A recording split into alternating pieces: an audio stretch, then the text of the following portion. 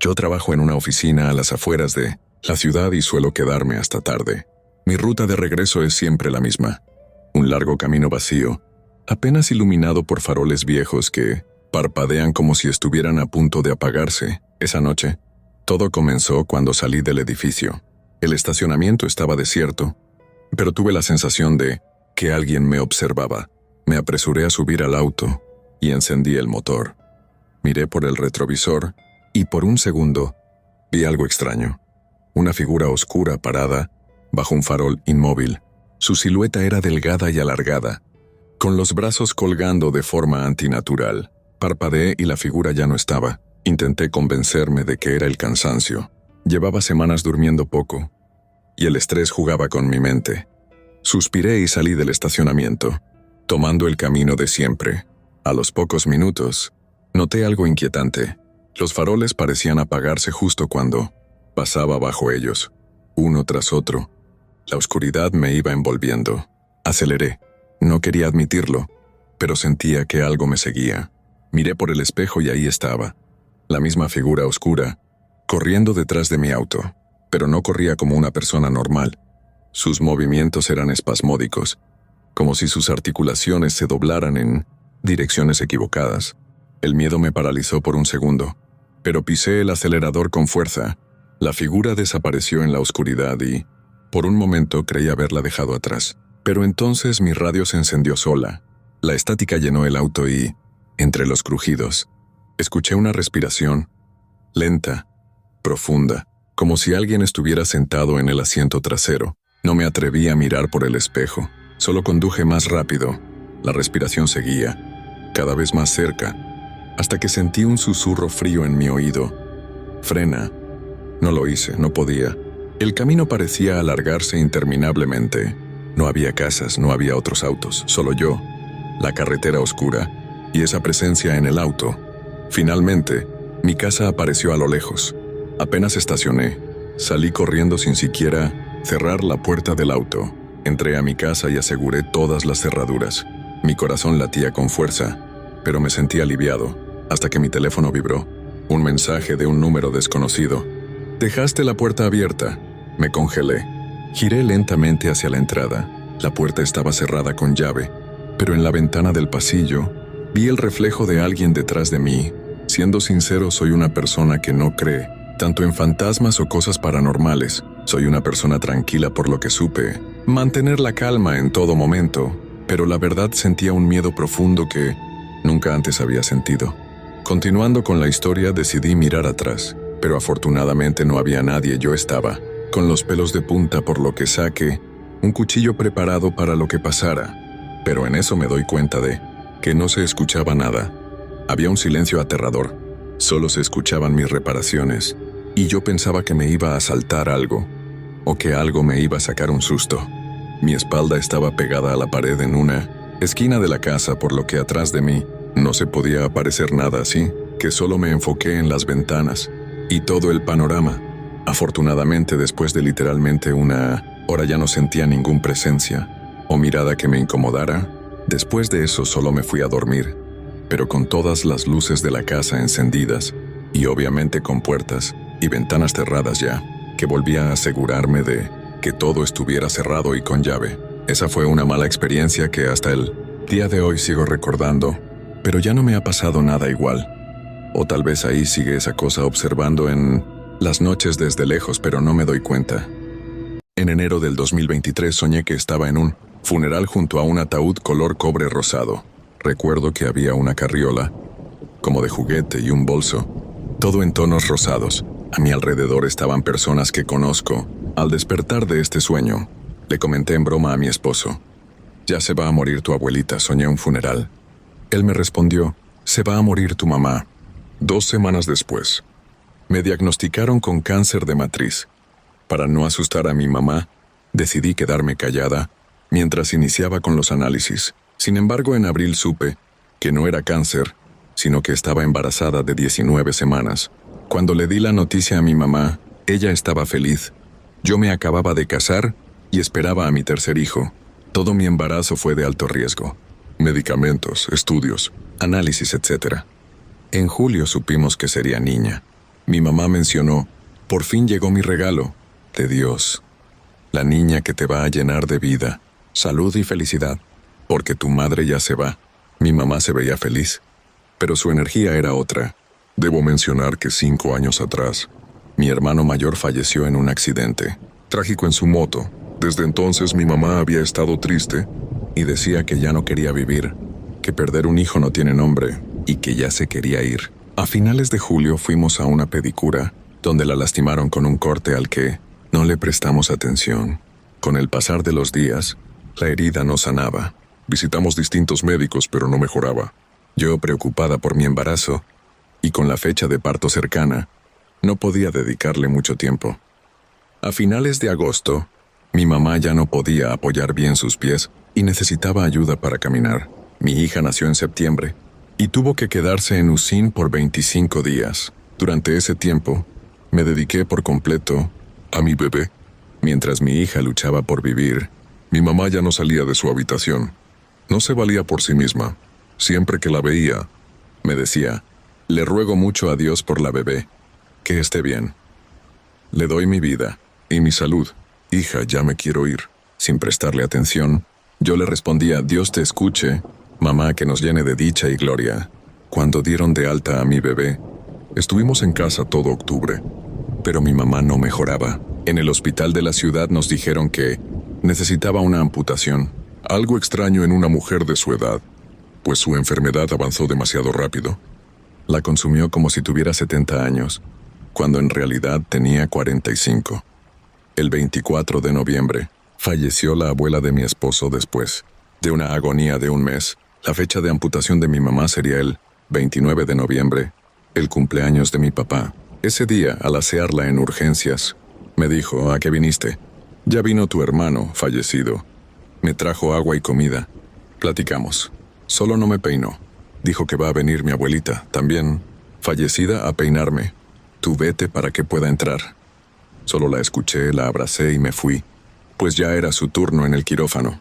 Al salir de la cirugía, mi mamá se reía y decía en broma que le daba comezón en los pies, aunque se los habían amputado. Le darían el alta un miércoles, pero nos llamaron el domingo diciendo que ya estaba lista para salir. Eso nos pareció raro, pues sabíamos que no daban altas los domingos, menos en su caso. Ese domingo llegamos a casa y pasamos un buen día juntos. Jugó con mis hijos, abrazó a mi hija y conversamos mucho. Al día siguiente, lunes, mis tías y cuñadas se reunieron para celebrar el cumpleaños de mi papá. Hubo pastel, risas y comida ligera. Mi mamá platicó con todos, excepto conmigo y mis hijos. Antes de irse, mi cuñada me dijo, todo bien con mi suegra, pero siento que es alguien distinto. El miércoles vengo. Ella pidió que mañana descansemos. El martes por la mañana, me habló y me acosté con ella y mi bebé. Mis hijos jugaban alrededor, disfrutando a su abuela. Me dijo que quería comer, y le ofrecí todo lo que pidió. En ese momento me dijo, hija, siento que todo va a cambiar, que va a entrar mucho dinero con estos cambios, y que por fin seremos libres. Cayó la noche y era hora de su medicamento. Pidió café y unas quesadillas hechas por mi esposo, pues quería verlo. Mientras él bajaba a cocinar, y yo salía a preparar las cosas para asearla, mi mamá entró en un estado de shock. Solo jadeaba y balbuceaba. La habitación comenzó a oler a flores, de jardín, jazmín y el perfume de mi hermano fallecido. Afuera se escuchaba el motor de una moto, acelerando. Los perros de los vecinos aullaban, y los nuestros lloraban. Era mi mamá que se estaba yendo. Entre jadeos, gritó, por fin soy libre de toda maldad. Por fin voy a estar con mi hijo. Por fin dejaré de sufrir. Dios me ha escuchado. Dios ha venido por mí. Me pidió un abrazo con sus manos.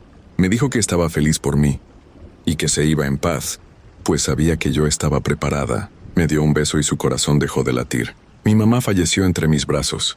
El día del funeral, esa noche salieron muchas mariposas oscuras. Todo lo que había soñado en enero se cumplió. Era el funeral de mi madre. Ahora mis sueños son distintos. Todo lo que sueño me asusta, porque se hace realidad. Sé que mi mamá me visita, pues el aroma de sus heridas se hace presente, y mis gatos se quedan quietos al percibirlo. Ahora le cuento mis sueños a mi esposo, y él se mantiene atento, porque sabe que son advertencias. Desde los 4 años veo entidades. Las escucho y me molestan. Soy católica de nacimiento y sé que Dios está conmigo. También sé que mi mamá sigue aquí. La gente cercana dice que mi hija es idéntica a mi mamá. Mi esposo incluso la llama Lucifer, porque tiene su carácter y un fuerte apego con mi hijo mayor, igual que mi mamá. Detrás del oscuro mito de Drácula yace una tragedia desgarradora, pues se dice que Drácula alguna vez fue un hombre con un corazón lleno de amor. Pero la crueldad de la humanidad lo transformó en el ser que conocemos hoy en día, sediento de venganza y sangre. Drácula, también conocido como Vlad, era un noble guerrero devoto a su pueblo y profundamente enamorado de su hermosa esposa, quien era su luz en medio de las tinieblas de la guerra. Sin embargo, su felicidad se desmoronó cuando la iglesia y los líderes de su región, temerosos de su influencia, acusaron a su querida esposa de practicar actos de brujería, la cual fue llevada al fuego purificador, ya que su único crimen fue ser bondadosa y amar profundamente a las nobles personas del pueblo. En su dolor y furia, Vlad gritó al cielo, pero solo el vacío sombrío le respondió. Su alma, rota y llena de amargura, fue seducida por la promesa de poder eterno. Al aceptar este destino oscuro, se convirtió en Drácula, un ser inmortal condenado a caminar entre las sombras. Desde ese momento, juró vengarse de aquellos que le arrebataron todo lo que amaba, susurrando con furia y dolor en lo más profundo de su corazón: ustedes me arrebataron todo el amor que conocía. Quemaron a mi esposa, un ser puro y bondadoso. Ahora yo tomaré todo de ustedes, sus almas, su sangre, todo, y lo reduciré a cenizas. La casa en el número 74 de la calle Hollowich siempre había sido una curiosidad. Su fachada de ladrillo oscuro y ventanas altas tenía un aire de otra época, como si hubiera permanecido inmune al paso del tiempo. En el jardín trasero, una pequeña casa de invitados, con un techo inclinado y paredes revestidas de madera, parecía lista para desmoronarse. Sin embargo, cuando la familia Turner decidió mudarse, fue precisamente esa pequeña casa de invitados lo que inclinó la balanza. La casera vive allí, había dicho el agente inmobiliario mientras les mostraba la propiedad. Es una anciana muy amable, costurera. Si necesitan algo, ella estará encantada de ayudar. Al instalarse, los Turner notaron que la casera rara vez salía de su pequeña casa. En ocasiones, a través de las ventanas del segundo piso, podían verla trabajando en su máquina de coser. Su figura, delgada y encorvada, se movía mecánicamente, y la luz tenue de una lámpara amarillenta iluminaba su rostro siempre inclinado hacia su labor. Por las noches, el leve zumbido de la máquina de coser llegaba a través de las paredes, acompañado de un eco sordo que no debería estar allí. Al principio, pensaron que era encantador. Incluso dejaron una canasta con frutas en la puerta de su casa, pero nunca la recogieron. El primer contacto directo con la casera llegó una tarde, cuando un vestido remendado apareció cuidadosamente doblado en su porche. Nadie recordaba haberle pedido ayuda, pero el trabajo era impecable. Era un vestido viejo de su hija que habían dejado olvidado en una pila de ropa. La idea de que la casera lo hubiera tomado y reparado sin avisar les pareció extraña, pero también conmovedora. Pronto comenzaron a notar otros detalles. Una noche, mientras desempolvaban el desván, encontraron un costurero antiguo lleno de agujas oxidadas, carretes de hilo y trozos de tela vieja. Las tijeras, grandes y pesadas, estaban cubiertas con una pátina que no era solo de óxido. Había algo rojizo, que no quisieron inspeccionar demasiado. Lo llevaron a la pequeña casa de invitados, pensando que pertenecía a la casera, pero no hubo respuesta. Cuando golpearon la puerta, dejaron el costurero allí, pero al día siguiente estaba de vuelta en el desván, colocado en el mismo lugar donde lo habían encontrado. Con el paso de las semanas, la casa principal comenzó a cambiar. Los espejos reflejaban figuras que no estaban presentes. Las cortinas parecían moverse, incluso cuando no había viento. Los muebles, especialmente los de tela, parecían emitir un crujido como si alguien estuviera sentado sobre ellos en todo momento. La hija menor, Emily, Dijo que había visto a alguien caminando por el pasillo durante la noche, pero cuando los padres revisaron, no encontraron a nadie. Lo más inquietante fue cuando la máquina de coser empezó a escucharse, incluso durante el día, aunque la casera nunca parecía salir ni abrir las ventanas. Una tarde, al mirar desde el jardín, la madre notó algo que le heló la sangre. La máquina de coser estaba funcionando, pero las manos de la casera no estaban sobre ella. La luz de la habitación era tenue, pero el mecanismo seguía moviéndose, como si alguien invisible estuviera trabajando, con prisa. Esa noche, decidieron confrontarla. Llamaron a su puerta, pero no hubo respuesta. La puerta estaba cerrada con llave, pero al intentar empujarla, se abrió con un crujido. El interior de la casa de invitados estaba lleno de telas apiladas, muchas de ellas descoloridas y cubiertas de manchas marrones. La máquina de coser estaba en el centro de la habitación, rodeada de carretes de hilo y trozos de ropa vieja, pero la casera no estaba allí. Exploraron la habitación, y fue entonces cuando encontraron algo escondido bajo una pila de mantas, un vestido perfectamente confeccionado, hecho con retazos de diferentes telas. Al mirarlo más de cerca, notaron que no eran simples telas. Había algo en la textura que los llenó de horror. Era piel, y no cualquier piel sino humana. En la pared un espejo antiguo reflejaba la habitación desde un ángulo imposible. Al mirarlo pudieron ver a la casera. Estaba de pie detrás de ellos, inmóvil, con el rostro demacrado y hundido, y los ojos completamente negros.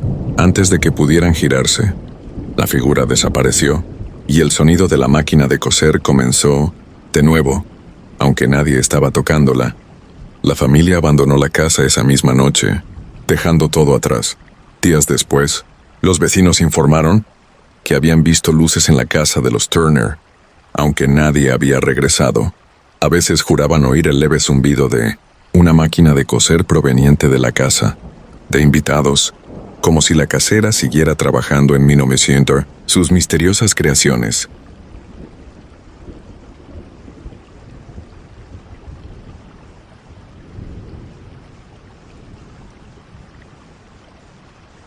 Desde que tengo 12 años logré grabar una persona, respirando con dificultad, como si tuviera neumonía en una máquina para respirar. Ese día no pude dormir pensando que esa cosa estaba cerca mío respirando, y solo podía saberlo a través de grabaciones. Pasaron los años y hubo un momento que en una llamada la persona con la cual hablaba a través del teléfono me mencionó si había alguien conmigo. Le dije que no, y me dijo, escucho a alguien respirando al lado tuyo. Seguro que no estás con alguien.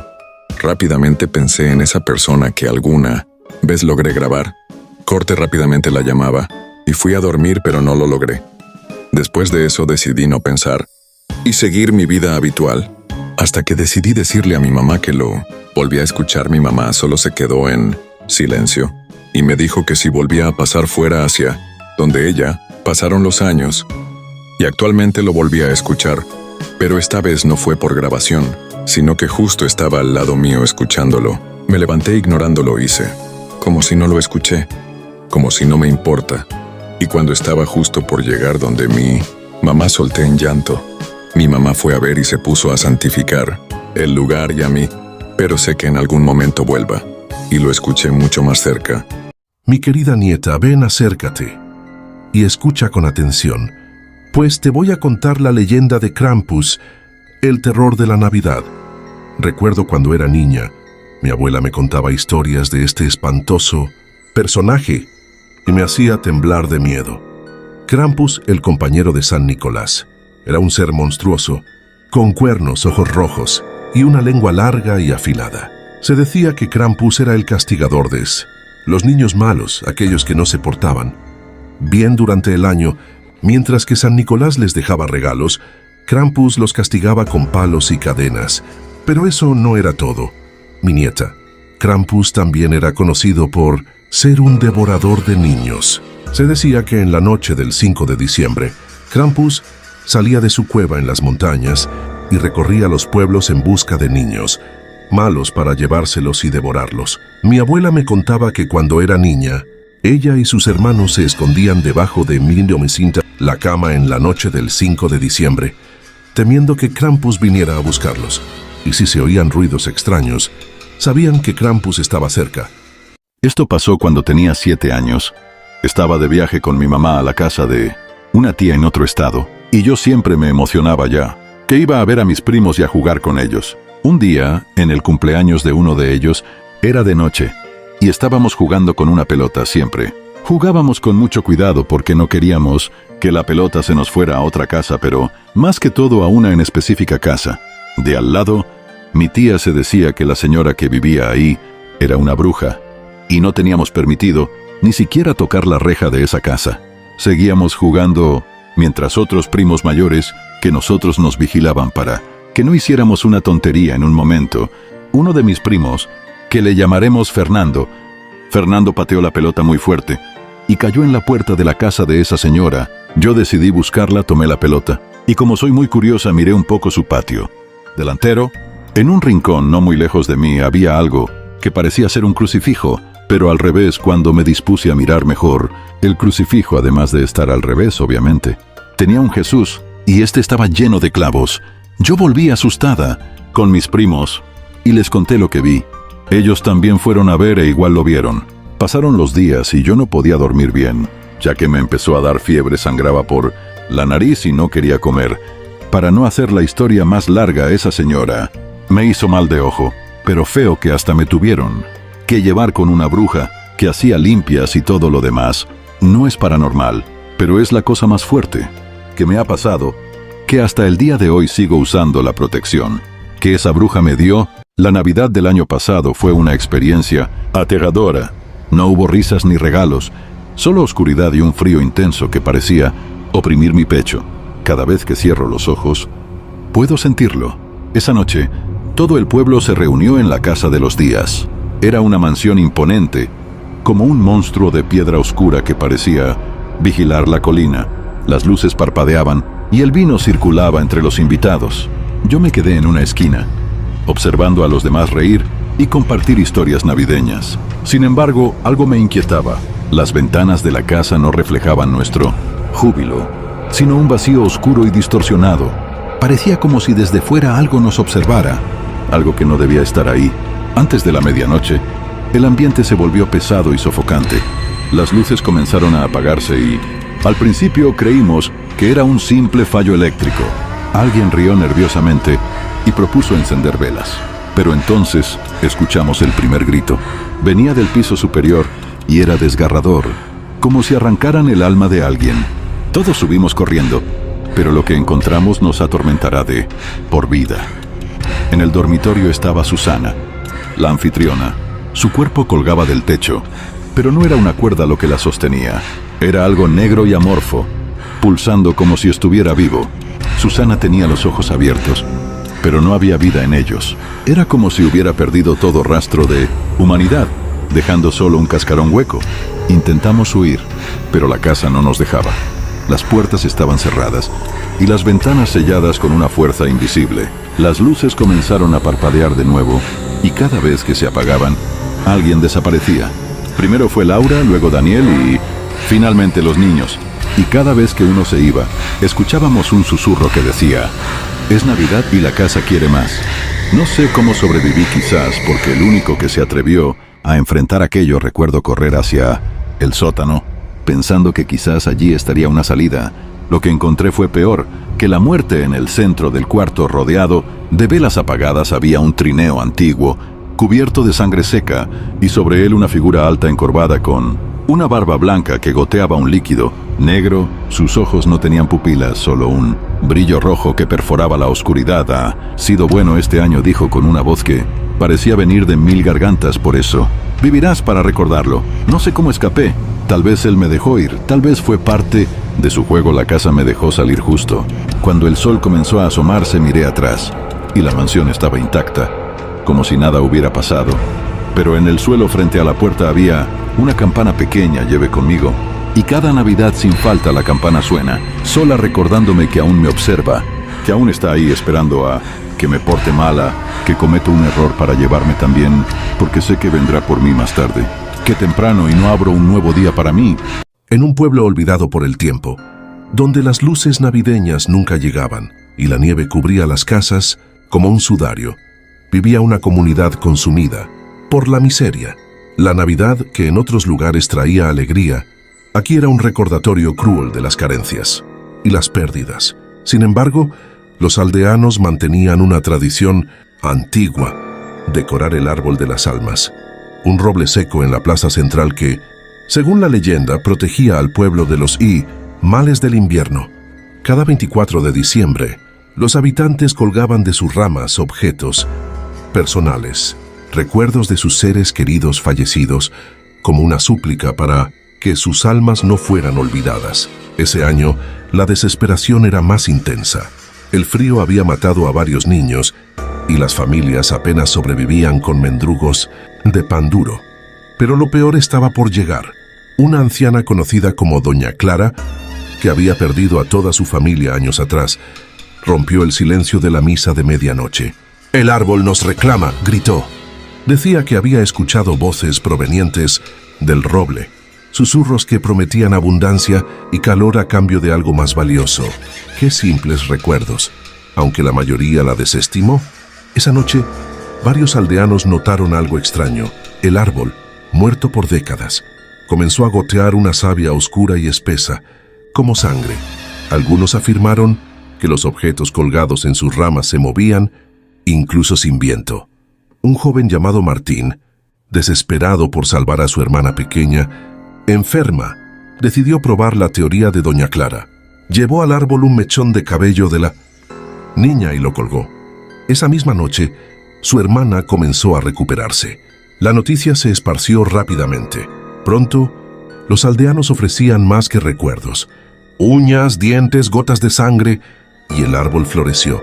Con cada sacrificio, la nieve parecía derretirse más rápido alrededor del pueblo. Los animales regresaban y los cultivos brotaban a pesar del frío. Sin embargo, algo en los aldeanos empezó a cambiar. Doña Clara, que había ofrecido un dedo, comenzó a hablar en lenguas extrañas. Otros veían sombras acechándolos en sus casas. Martín notó que su hermana, aunque saludable físicamente, ya no era la misma. Pasaba horas mirando fijamente al árbol desde la ventana, susurrando palabras incomprensibles. El día de Navidad, los aldeanos encontraron al sacerdote del pueblo colgado de una de las ramas del árbol, su rostro congelado en una expresión de terror. En su mano, una nota escrita con sangre decía: «El árbol reclama lo que es suyo». Esa noche el árbol, ahora completamente cubierto de flores negras y espinas, cobró vida. Sus ramas se alargaron como brazos, atrapando a quienes se acercaban demasiado. Los aldeanos intentaron huir, pero las raíces brotaron del suelo, arrastrándolos uno por uno hacia su tronco. Doña Clara fue la última en ser tomada. Antes de desaparecer, lanzó una advertencia: «Nunca debimos alimentar al hambre de lo muerto». Cuando el sol se alzó, el pueblo estaba desierto. Solo quedaba el árbol, más grande y retorcido que nunca, con los rostros de los aldeanos atrapados en su corteza, congelados en gritos eternos. Desde entonces, viajeros cuentan que, en cada Navidad, el árbol de las almas canta, pero no es un villancico lo que entona, sino un lamento profundo, un recordatorio de la miseria y del precio que pagaron por un breve respiro de esperanza. Nadie se atreve a pasar cerca del pueblo en esas fechas, porque aquellos que lo hacen nunca regresan, dejando tras de sí un nuevo rostro en la corteza del árbol maldito. Buen día, comunidad. Esta historia pasó en Guanajuato capital hace 10 años más o menos. En esta historia usaré nombres ficticios ya, que bueno, es Guanajuato, y varios aún residimos aquí, en fin. La Sierra de Guanajuato es famosa por sus amplios bosques, muchos lugares para acampar, pasar un buen rato familiar o con amigos, e incluso muchos realizan actividades extremas como rapel o escalar claros de minas. Nuestro caso fue algo similar. Esta historia justo nos pasó a Miriam, José, Carlos y a mí cerca de la entrada de una mina, aproximadamente unos 15 kilómetros ya adentro de la sierra.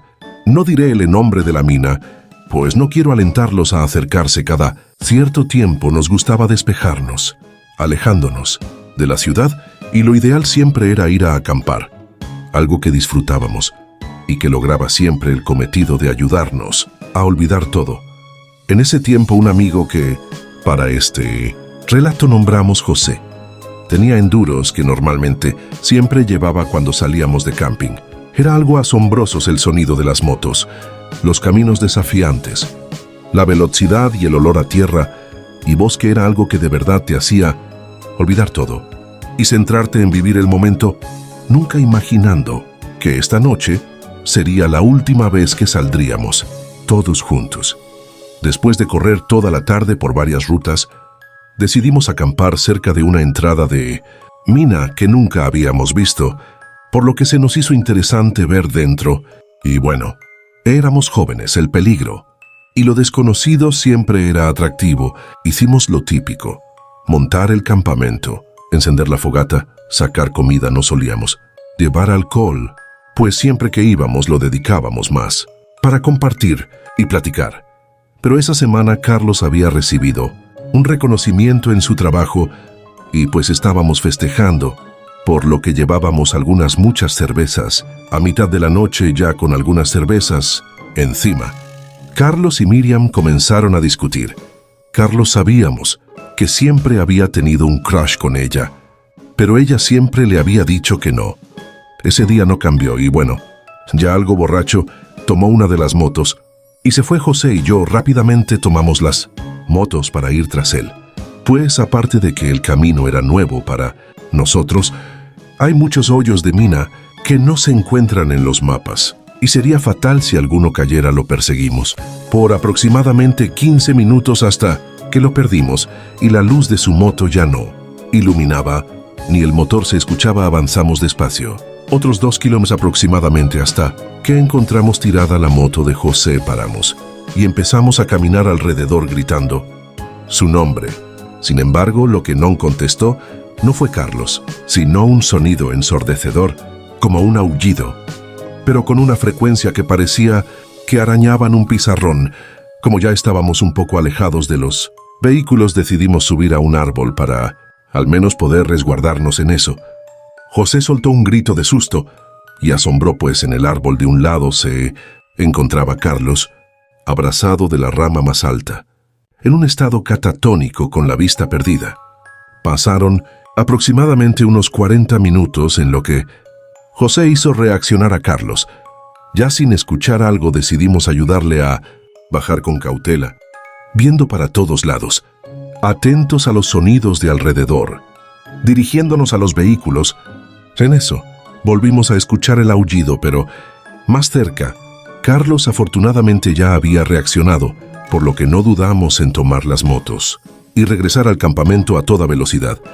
No les miento cuando les digo que se escuchaba algo persiguiendo muy de cerca las motos. Ese olor putrefacto no se alejaba. A los lejos vimos una sirena. En ese momento lo que sea que nos perseguía paró. Miriam había contactado al guardabosques, por lo que cuando llegamos ya había una patrulla esperando. Ya a salvo preguntamos a Carlos qué había pasado. Lo que nos contó nos dejó perplejos. Amigos, al ir en ruta un tanto mareado, sentí como si algo me embistió de lado. Tumbándome de la moto, el ambiente olía a carne podrida, a animal muerto, por lo que lo único que pude hacer fue subir a un árbol. Seguía escuchando, como el animal seguía oliendo el aire buscándome, caminando alrededor, cazándome. Al caminar se escuchaba que era algo grande. Me encontraba totalmente en pánico. Luego aulló nuevamente y fue cuando me perdí en mí.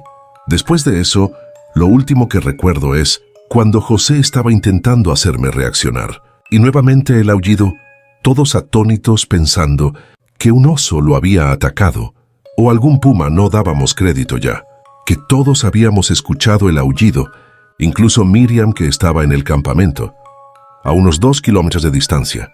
El guardabosques, con una cara tranquila como si supiera lo que era esa cosa, solo nos dijo: en estos bosques habitan más animales de los que se conocen. Tuvieron suerte, pues normalmente la gente que se encuentra con estos seres no suele regresar en una pieza. Pasaron unos minutos de silencio. pues la adrenalina y el asombro no cabían en nuestra cabeza. El guardia aclaró la garganta y se nos quedó viendo como esperando a que tomáramos nuestra cosa para irnos, los cual en ese momento hicimos. Esta fue mi historia, comunidad. Quiero preguntarles, ¿ustedes saben qué pudo haber sido ese animal? Muchos nos han dicho que fue un náhuatl y que tuvimos suerte de salir vivos. Nosotros, a excepción de Carlos, seguimos acampando, pero ya no tan dentro del bosque. Creemos que esa entrada de mina era el hogar de algo desconocido. 1, 2, 3. El pequeño Jake odiaba que lo dejaran al cuidado de la vecina, una viejecilla de extrañas manías, muchas de las cuales la gente relacionaba con brujería.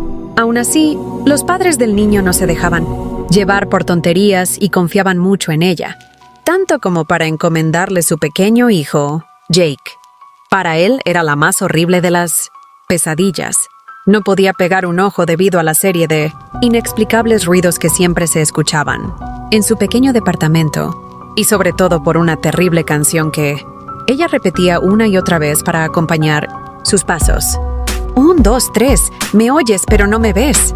4, 5, 6, no me encontraréis. 7, 8, 9, estoy más cerca de lo que crees. El niño entonces se sentía acechado.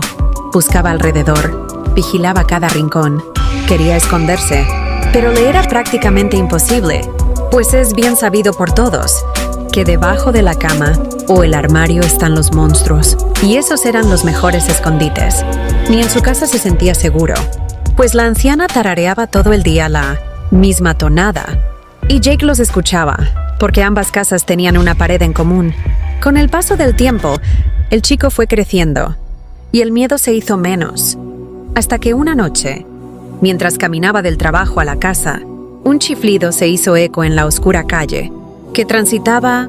La tonada le parecía familiar, pero no podía recordar con exactitud, hasta que los chiflidos se volvieron palabras. 1, 2, 3, ¿me oyes? Pero no me ves. La sangre del cuerpo del joven bajó del golpe hasta sus pies, causando tal pesadez que le era imposible moverlos.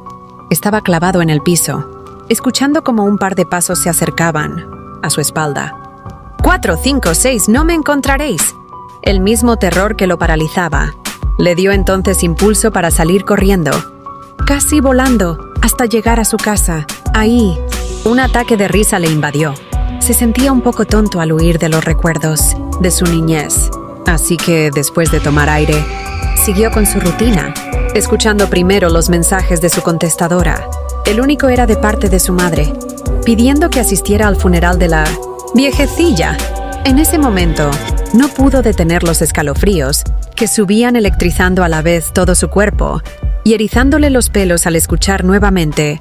7, 8, 9, estoy más cerca de lo que crees. Gracias por escucharnos. ¿Un saludo? Para Naira conozco. Relatos bajo la luna les trae la leyenda del duende de Tlacolula, una misteriosa criatura que ha dejado su huella en el mercado de Tlacolula en Oaxaca, México. Esta historia ha sido transmitida de generación en generación, especialmente entre los comerciantes que pasan largas horas trabajando en el mercado. Se dice que este duende habita en los pasillos del mercado tradicional, donde los vendedores colocan sus puestos de mercancía. Durante la noche, el duende hace su aparición, causando estragos en los puestos. Al amanecer, los trabajadores se encuentran todo desordenado y fuera de lugar. Algunos comerciantes afirman haberlo visto y lo describen como una criatura pequeña y peluda, con una cabeza desproporcionadamente grande y unos ojos brillantes que resaltan en la oscuridad. La opinión sobre el duende de Tlacolula está dividida. Para muchos, parece ser un travieso protector del mercado, velando por el lugar durante las noches. Sin embargo, otros piensan que su intención es maliciosa, provocando problemas para asustar a los vendedores o inquietando a los animales para que se comporten de manera agresiva con las personas. Pese a esto, hay quienes sostienen que el duende solo busca llamar la atención con sus travesuras y que el miedo ha distorsionado su verdadera naturaleza. Sea como sea, la presencia del duende de Tlacolula sigue siendo un misterio que envuelve al mercado con su encanto y misterio. Relatos bajo la luna les trae la leyenda del charro negro y cómo todo comenzó. Según algunas versiones, el charro negro era un joven originario de Jalisco, proveniente de una familia muy humilde que apenas tenía los medios para comer. El chico sufría, pues añoraba una vida de lujos que jamás podría tener. Así fue como decidió invocar al diablo para poder alcanzar sus objetivos. El demonio se apareció ante él y le ofreció todo el dinero que deseaba a cambio de su alma. La ambición del muchacho lo cegó y aceptó el trato. De este modo, pudo comprar tierras, casas, vestir de manera elegante y rodearse de toda la abundancia y opulencia con las que siempre había soñado. Sin embargo, con el paso del tiempo, comprendió que el dinero no le trajo la felicidad.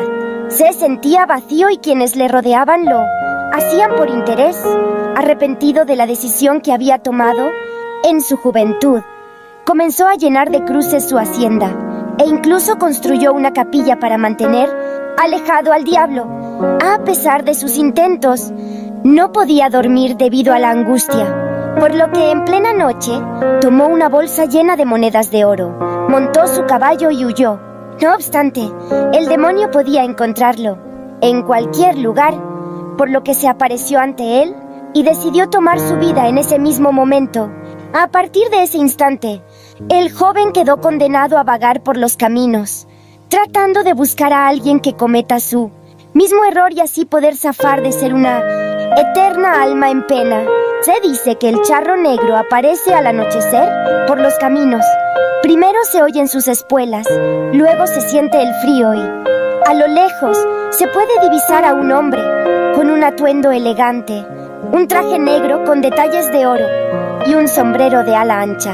Va montado sobre un caballo con ojos que brillan como el fuego. El charro negro se le aparece a quienes viajan solos, ofreciendo todo tipo de riquezas. Su objetivo es lograr que la persona entregue su alma, tal como él lo hizo cuando estaba vivo, y así encontrar a alguien que lo reemplace en su eterna condena.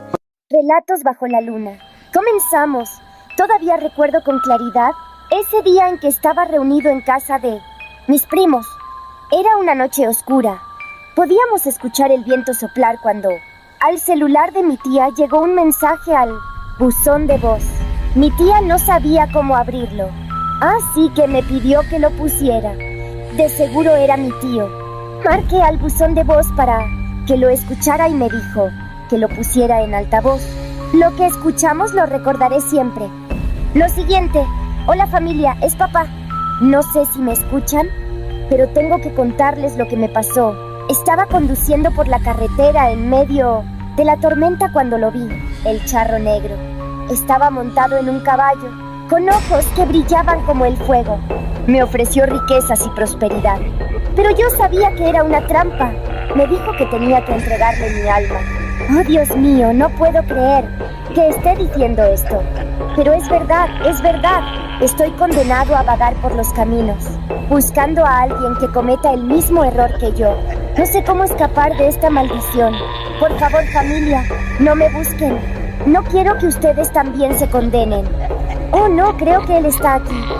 Eso fue lo último que escuchó mi tía en 1930. El mensaje de voz hace ya tanto tiempo. Nunca se supo de mi tío. Ya han pasado más de 17 años. La investigación se detuvo y los oficiales dicen que fue hecho por el crimen organizado. Y hasta el día de hoy seguimos sin respuestas.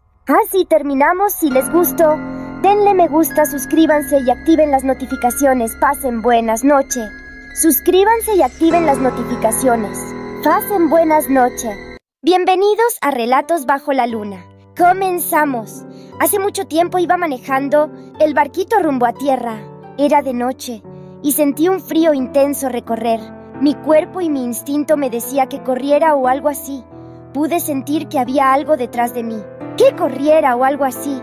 Pude sentir, aunque me daba como pereza, bolsinquear a ver qué era. Al final lo hice. Detrás de mí había una chica de unos 15 años, con un vestido blanco pero sucio, Era largo, su cabello estaba largo y dañado, también sus ojos rojos brillaban en la oscuridad de la cabina. No podía ver su rostro, solo se veían sus ojos rojos. La miré por varios minutos, hasta que la cuestión perdió como la magia, y seguí manejando. Luego de eso, acabó mi turno y me fui a dormir. Pero desde ese día, ella siempre estaba a mi lado en el mar o en tierra. Era mi compañía, así que solía conversarle, pero ella nunca me habló. Como la gente solo me veía hablar con ella, y obviamente no veían a nadie, me tacharon de loco en el barrio. Aún hoy en día, ella está a mi lado, siempre viéndome, siempre allí. No sé si me está cuidando o esperando mi final. Si les ha gustado, denle me gusta, suscríbanse y activen las notificaciones. Relatos bajo la luna les trae la verdadera historia de Peter Pan. ¿Te imaginas si te contara que la historia original no es la que conocemos? Pues bien, la verdad sobre Peter Pan es más sombría de lo que pensamos. La historia comienza con Peter, un niño solitario que no tiene amigos ni la atención de nadie. Un día muere en soledad y, debido a este sentimiento, no puede descansar en paz. En lugar de eso, se convierte en un espíritu errante en la Tierra. Peter decide llevar a los niños de Mount la Tierra a su mundo, nunca jamás para llenar el vacío que siente. Sin embargo, como él murió odiando a los adultos por la falta de atención de sus padres, cada vez que un niño crece y se convierte en adulto, lo mata y vuelve al mundo humano en busca de más niños. Se dice que el Capitán Garfio fue un niño llevado por Peter, pero cuando creció, Peter intentó matarlo.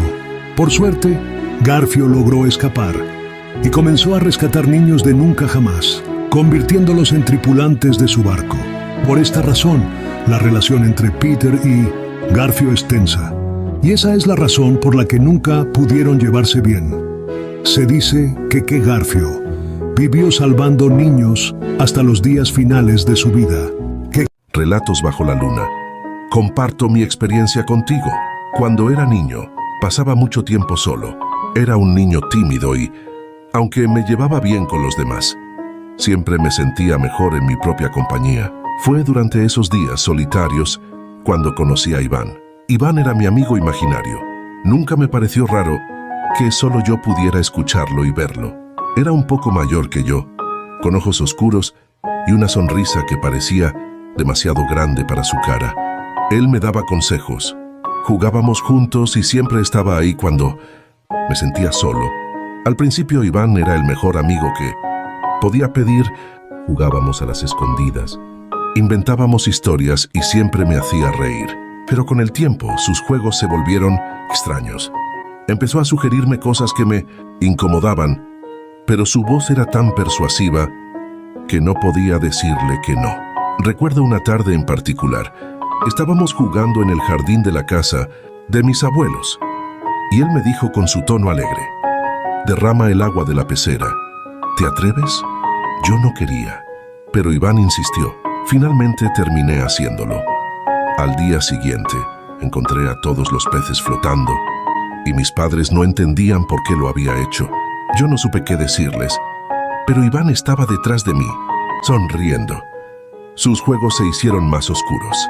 Con el tiempo, me susurraba que apagara la estufa sin que mi mamá se diera cuenta, o que rompiera cosas que no me pertenecían. Decía que eran cosas de amigos, y yo lo seguía obedeciendo, temiendo que me dejara solo. La última vez que hablé con Iván fue una noche que no puedo olvidar. Tenía unos 9 años, y él apareció en mi cuarto, de pie junto a la ventana, mirándome con esa sonrisa extraña. Me dijo: esta noche vamos a jugar a algo nuevo. Vamos a hacer que mamá no despierte. Ese susurro heló mi sangre. Supe que lo que me estaba pidiendo iba más allá de cualquier cosa. Me negué, pero él insistió, enfureciéndose, susurrando cada vez más cerca. Recuerdo correr al cuarto de mis padres, aterrorizado. Cuando ellos me preguntaron qué ocurría, solo pude decir que Iván quería que hiciera cosas malas. Nunca volvieron a mencionarlo. Pero después de esa noche, Iván desapareció. Ahora, de adulto, hay noches en las que despierto, sobresaltado, y por un momento Creo ver una sombra en la esquina de mi cuarto, observándome como cuando era niño. No he podido mantener amigos desde entonces, y muchas veces, en momentos de soledad, siento una presencia a mi lado, esperando a que vuelva a obedecer. Relatos bajo la luna. Recuerdo la noche en que todo comenzó. Estaba caminando por el campo, bajo la luz de la luna llena, cuando escuché un ruido extraño. Al principio pensé que era solo un animal, pero luego escuché de nuevo. Era un sonido como de succión, como si algo estuviera bebiendo sangre. Me detuve en seco y miré a mi alrededor, pero no vi nada. El sonido cesó y el silencio volvió a reinar en el campo. Pero yo sabía que algo estaba allí, algo que no quería ser visto. Comencé a caminar de nuevo, pero mi corazón latía con fuerza. De repente, escuché el sonido de nuevo. Esta vez más cerca, me di la vuelta y vi una figura oscura que se acercaba hacia mí. Era alto y delgado, con ojos rojos que brillaban en la oscuridad. Su boca era una caverna de dientes afilados y su piel era como escamas negras. Me di cuenta de que era el chupacabras, el legendario monstruo que se decía que bebía la sangre de los animales. Me quedé paralizado de miedo e incapaz de moverme o hablar. El chupacabras se acercó más y más, hasta que estuvo justo enfrente de mí. Me miró con sus ojos rojos y luego, de repente, desapareció en la nada. Me quedé allí temblando de miedo durante lo que pareció una eternidad. Finalmente me di la vuelta y corrí de regreso a mi casa, sin mirar atrás. Desde ese día, no he vuelto a salir solo de noche. El recuerdo del chupacabras me persigue y sé que siempre estaré en peligro si salgo solo en la oscuridad. Mi querido nieto, ven y siéntate a mi lado. Te contaré una historia que te hará reflexionar sobre la naturaleza del mal. Te voy a contar la historia de Lilith, la primera esposa de Adán, el primer hombre creado por Dios. Lilith fue creada al mismo tiempo que Adán, a partir del polvo de la tierra. Pero a diferencia de él, ella tenía una voluntad propia y una personalidad fuerte. Vivían en el paraíso, pero Lilith se dio cuenta de que Adán la trataba con falta de respeto. Un día, ella se negó a someterse a él, y cuando Adán intentó dominarla, ella lo derrotó. Lilith abandonó el jardín del Edén y se convirtió en una criatura maligna que se alimentaba de la desgracia de los hombres. Aunque Adán pidió perdón a Dios y le ayudó a encontrarla, Lilith se negó a regresar. Desde ese día, Lilith se convirtió en una figura maligna, sembrando la discordia en el mundo. Mi querido nieto, recuerda que la maldad y la discordia pueden tener consecuencias terribles y que siempre debemos buscar la armonía y la paz. Estaba harta, cansada, agotada. La vida en aquella cabaña del bosque no era tan fácil como le había parecido en un principio, al servicio de aquellos 7 monstruos que la explotaban día tras día. Lavar ropa apestosa, cocinar guisos interminables. Su tarea diaria no tenía fin. Apenas disponía de tiempo para dar un paseo por el bosque o jugar con sus queridos animales. Unas oscuras ojeras se apreciaban bajo sus ojos.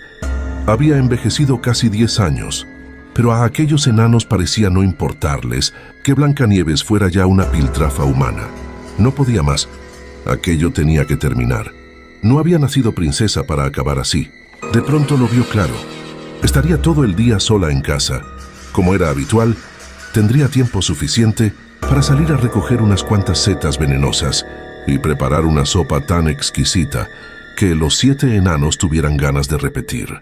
No veía el momento de deshacerse de aquellas horrendas criaturas, así que, sin demorarlo más, salió al bosque con su cesta, recogió con mucho cuidado las setas pertinentes y se dirigió a la cocina feliz, cantando una dulce melodía. Sus amigos, los pajarillos, también fueron un poco cómplices de aquello, pues como la cesta pesaba tanto, le ayudaron a llevarla.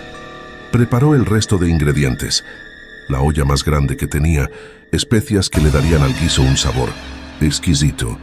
Ya no había marcha atrás. Aquella sopa olía deliciosa. Ahora solo le quedaba esperar. Ya estaba anocheciendo. A lo lejos se podían escuchar las roncas voces de los enanos, sus gritos y sus palabras malsonantes. Entonces Blancanieves lo dispuso todo encima de la mesa. Los 7 platos, 7 cucharas, 7 vasos, una jarra de vino y aquella olla cuya sopa olía de muerte. Entraron todos agolpándose, empujándose por sentarse a la mesa y poder degustar aquella sopa tan rica que había preparado Blancanieves. Ella, con la mejor de su sonrisa, les sirvió uno a uno. Se apartó de la mesa y se sentó junto a la chimenea. Por costumbre, ella solía cenar. Cuando terminaban los enanos, si tenía suerte y había sobrado algo, y desde allí pudo disfrutar secretamente de su obra. En pocos segundos los enanos empezaron a retorcerse en sus sillas y sobre la mesa. Con los ojos desorbitados e inyectados en sangre, no podían articular palabra alguna, apenas podían respirar. Uno de ellos miró a Blancanieves horrorizado. Intentó levantarse y alcanzar un cuchillo, pero apenas pudo dar 2 pasos hacia ella, cuando cayó al suelo muerto. El veneno estaba haciendo efecto. Unos minutos después, alrededor de aquella mesa había un silencio sepulcral. Blancanieves se levantó y respiró profundamente. Al fin era libre. Aquella pesadilla se había terminado para siempre. No más abusos, no más lágrimas. Recogió las pocas cosas que le quedaban, abrió la puerta y salió de allí. Ni siquiera miró hacia atrás. Se dirigió hacia un pequeño sendero que había al lado del río y empezó a caminar sin rumbo. Jamás olvidaría aquel día, el más feliz de su triste y oscura vida. Caminaba tranquilamente hacia casa después de un día largo y agotador. Cuando pasé por delante de un supermercado, había decidido comprar algo de comer antes de volver a casa, así que entré. Al principio todo parecía normal, pero entonces noté algo extraño. Había un silencio absoluto en toda la tienda y no encontraba a nadie. Fui a buscar a alguien, pero no encontré a nadie. Las estanterías desaparecían poco a poco y las paredes blancas se habían vuelto de un extraño color amarillo. Empecé a sentirme un poco paranoico y a cuestionarme mi cordura. ¿Me estaba volviendo loco? Todo parecía estar girando en las trastiendas. Sentí una sensación de inquietud y decidí investigar. Empecé a moverme deprisa y a correr sin rumbo, sin saber muy bien qué buscaba. Me sentía asustada y confusa, pero seguí adelante. Sentía que corría en círculos y que los minutos pasaban. Después de lo que me pareció una eternidad, me detuve. Estaba agotada y lo único que quería era llegar a casa y dormir. Pero entonces oí un ruido extraño procedente de una de las trastiendas y sentí que tenía que entrar. Respiré hondo y abrí la puerta lentamente. No podía creer lo que veían mis ojos. La habitación estaba llena de criaturas extrañas y rarezas que nunca había visto antes. Algunas parecían humanas y otras más animales. Todos parecían estar en estado de trance y cantaban al unísono. Me sentía como en un sueño y no podía moverme. Quería irme, pero no podía. Sentía que estaba atrapada en aquel lugar y que no tenía forma de escapar. Observé horrorizada cómo las criaturas se movían juntas como si estuvieran realizando algún tipo de ritual. Quería gritar, pero no podía emitir ningún sonido. Finalmente, después de lo que me pareció una eternidad, las criaturas dejaron de cantar y la habitación quedó en silencio. Me sentí aliviada y empecé a moverme, pero antes de poder salir oí una voz. Decía: ya puedes irte, ya has visto suficiente. No sabía quién lo había dicho, pero lo agradecí. Rápidamente salí corriendo de la trastienda. Estaba agotada y asustada, pero me sentía aliviada por haber salido con vida. Me fui a casa y dormí lo que me parecieron días.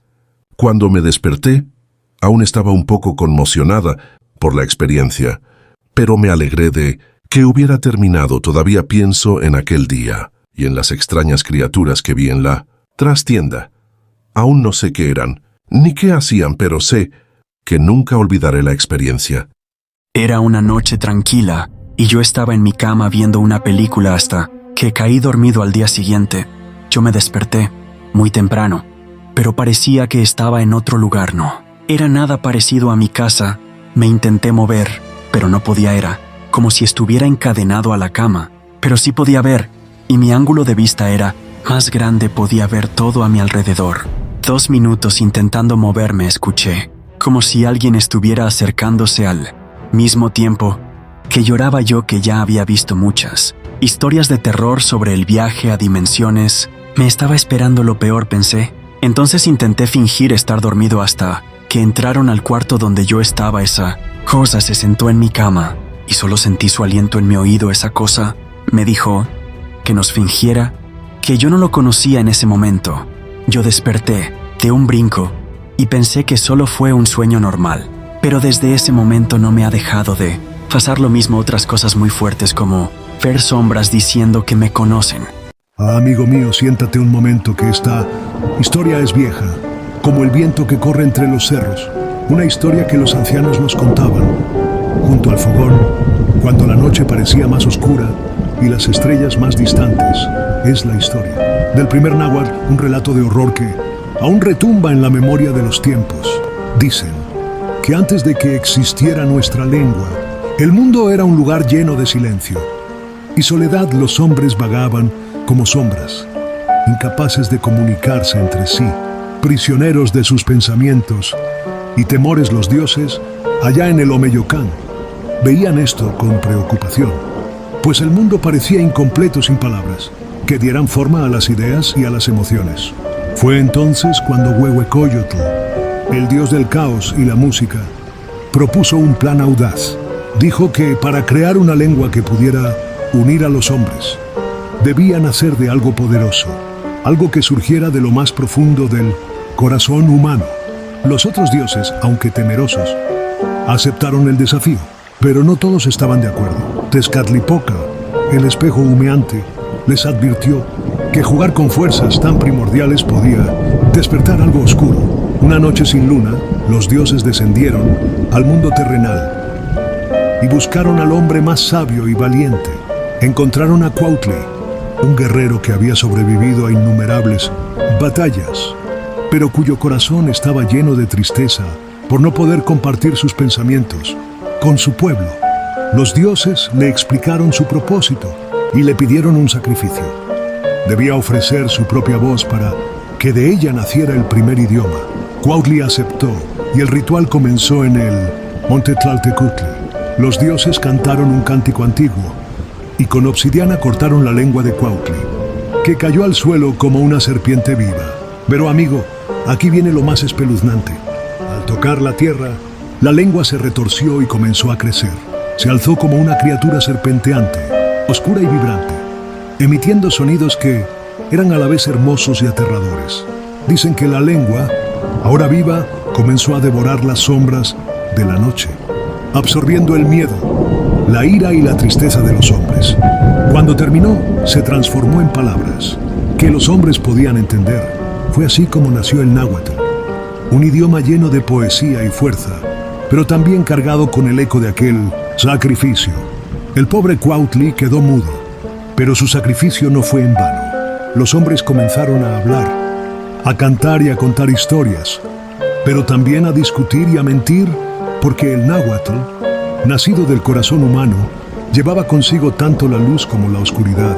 Desde entonces, cada vez que hablamos en náhuatl, se dice que el espíritu de Cuautli escucha desde el otro mundo, orgulloso y vigilante, pero también triste, porque sabe que las palabras tienen el poder de sanar y de herir. ¿Qué te parece, amigo? Una historia para recordarnos que cada palabra tiene peso y que detrás de nuestro idioma hay un sacrificio que no debemos olvidar. Hola comunidad, espero se encuentren todos bien. Tal vez mi historia no transmita miedo, pero supongo que entra en lo paranormal. Yo tenía un buen amigo a quien tristemente hace unos meses dieron muerte, y se los comento, porque luego de ese suceso empezaron a pasar cosas fuera de lo común, que nunca antes habían sucedido, así que lo relacionó a eso, puesto que los dos hijos de mi amigo luego de 2 días de fallecido mencionaron haberlo visto. Más no sintieron nostalgia alguna, puesto que sí reconocieron el aspecto de su cuerpo, pero el rostro no parecía el de mi amigo. Luego de ese suceso, unos 2 meses después, el auto que era de mi amigo le pegó un susto a los 2 hijos de él, puesto que, estando cerca ellos del auto de la nada activó las alarmar, y bajo los vidrios, cuando se encontraba con llave luego mes, y medio después yo me encontraba haciendo un mandado en ruta en mi carro a altas horas de la noche, y cuando me estacioné un momento para esperar, a alguien escuché que tocaron la ventana, pero al final lo ignoré. Luego la persona que esperaba llegó y cambiamos de asiento. Mientras nos dirigíamos a una gasolinera, de la nada las puertas empezaron a agarrar llave. Y para poder hacer eso, hay que presionar un botón. Yo rápido le llamé la atención a quien conducía, que no molestara de esa forma, y me dijo que no era él. Efectivamente comprobé que no era él, y el carro no dejaba de agarrar llave. Me recorrió un escalofrío, y le dije a la persona que no dejara de conducir, y que solo mirara recto sin ver al retrovisor. Ni nada, realmente sentía a alguien en los asientos de atrás, pero para no alarmar a quien conducía tampoco, quise revisar atrás. De un momento a otro me molesté, y dije en voz alta que no estuviera molestando y golpeó la puerta. Luego se detuvo el asunto. La última situación ocurrió hace unas semanas. Yo me encontraba en el sillón, y frente a mí como a 1 metro estaba una moto. Desde hace unos minutos venía escuchando sonidos desde donde se encontraba la moto, y de la nada se enciende la luz de la moto. Lo que me asustó no fue si eso sino el hecho de que yo creía ver a alguien montado en la moto. Yo veía claramente la sombra de alguien y luego me acerqué y no había nadie. Minutos después la luz de la moto se apagó sola. Últimamente no ha ocurrido nada, pero me llega a la mente algo que dicen cuando las personas mueren, que realmente descansan, cuando no dejan nada pendiente en vida. Pero si no es así, tratan la forma de hacerse. ¿Nota? Y me parece algo triste pensar que mi amigo no esté descansando en paz. Y realmente no sé de qué forma pueda ayudarte, papá. Solo espero que algún día puedas irte sin preocupaciones, porque tus 2 hijos y tu amiga ya están grandes, así que espero descanses, papá. Esta es la historia que me contó mi papá sobre un negocio familiar. Algo que ocurrió hace años y que, hasta hoy, sigue siendo un misterio para nosotros. Mi abuelo compró una vieja bodega, una cerretería que en su tiempo fue muy famosa. Los dueños eran extranjeros, americanos, pero la gente que trabajaba allí era mexicana. La bodega tenía varias oficinas, y dentro de ellas se encontraban muchas cosas que nadie más quería. Fotografías, cartas en inglés, en español y papeles viejos. Mi abuelo, que siempre fue curioso, comenzó a revisar esos papeles. Un hobby que se convirtió en su rutina. Cada tarde, al cerrar la tienda, se quedaba a ver las fotos y leer las cartas. Lo hacía en silencio, sin que nadie lo interrumpiera. Pero algo extraño comenzó a suceder. Primero, fueron sus sueños. Soñaba con las personas de las fotos, con las voces susurrando su nombre. Pero lo peor vino después. Una noche, mientras estaba solo en la bodega, algo cambió. Las luces comenzaron a parpadear, sin razón alguna, y escuchó lo que él juraba eran pasos que venían del fondo del local. Mi abuelo pensó que era el viento, o tal vez su mente jugando trucos, pero la sensación de ser observado no lo dejaba tranquilo. Decidió pedir ayuda. Llamó a un sacerdote. Pensó que tal vez la bodega necesitaba ser bendecida, pero nada cambió. Fue entonces cuando trajo a un brujo, alguien que había escuchado sobre lo que pasaba en esa bodega. El brujo, al entrar, se detuvo en seco. Le dijo que había algo en el lugar, algo oscuro que no quería irse. A pesar de todo lo que hizo, las presencias nunca desaparecieron. Las cartas, las fotos y esos objetos olvidados seguían allí, como si esperaran algo. Hoy esa bodega ya no existe, pero la historia sigue viva, contada de generación en generación. Mi abuelo nunca dejó de ver esas fotos, y mi papá siempre me decía que cuando alguien se enfrenta a lo inexplicable, algo dentro de él cambia para siempre. Un día sábado exactamente, descansaba en mi casa después de una semana de escuela. Estaba acostado sobre mi sofá. Mis padres se habían ido de casa a un asunto, y mi hermanita de 2 años estaba acostada. En la alfombra jugando con sus juguetes, mi perro estaba sentado cerca del sofá, hasta que mi hermanita dijo, ¿quién es él? Yo le pregunté, ¿quién? Ella me respondió, el hombre parado en medio de el comedor. Esto me asustó un poco, así que volteé, pero no vi a nadie. Yo pensando que era alguna imaginación por la edad tan pequeña que tenía mi hermana, pero de la nada mi perro se levanta saltando y volteando hacia el comedor en pose de defensa. Estaba muy asustado ya, que yo tenía mucho miedo hacia las cosas paranormales. Yo le pregunté que cómo era, y ella me respondió, tiene los ojos saltones y es alto. ¿Quién es él? Esto me dejó helado, así que prendí todos los focos de mi casa y traté de juntarnos todos en el sofá, mi perro, mi hermana y yo. Esto según yo lo iba a hacer más seguro, hasta que mi hermana dice, ahí viene él. Yo llevé a mi hermana corriendo hacia mi cuarto me encerré y pensé en llamar a mis padres, pero era ridículo lo que había pasado, así que puse videos normales para intentar calmarme. Después de eso no pasó nada raro y no le conté nada a nadie, hasta ahora. Detrás del oscuro mito de Drácula yace una tragedia desgarradora, pues se dice que Drácula alguna vez fue un hombre con un corazón lleno de amor. Pero la crueldad de la humanidad lo transformó en el ser que conocemos hoy en día, sediento de venganza y sangre. Drácula, también conocido como Vlad, era un noble guerrero devoto a su pueblo y profundamente enamorado de su hermosa esposa, quien era su luz en medio de las tinieblas de la guerra. Sin embargo, su felicidad se desmoronó cuando la iglesia y los líderes de su región, temerosos de su influencia, acusaron a su querida esposa de practicar actos de brujería, la cual fue llevada al fuego purificador, ya que su único crimen fue ser bondadosa y amar profundamente a las nobles personas del pueblo. En su dolor y furia, Vlad gritó al cielo, pero solo el vacío sombrío le respondió. Su alma, rota y llena de amargura, fue seducida por la promesa de poder eterno. Al aceptar este destino oscuro, se convirtió en Drácula, un ser inmortal condenado a caminar entre las sombras. Desde ese momento, juró vengarse de aquellos que le arrebataron todo lo que amaba, susurrando con furia y dolor en lo más profundo de su corazón. Ustedes me arrebataron todo el amor que conocía. Quemaron a mi esposa, un ser puro y bondadoso. Ahora yo tomaré todo de ustedes, sus almas, su sangre, todo, y lo reduciré a cenizas.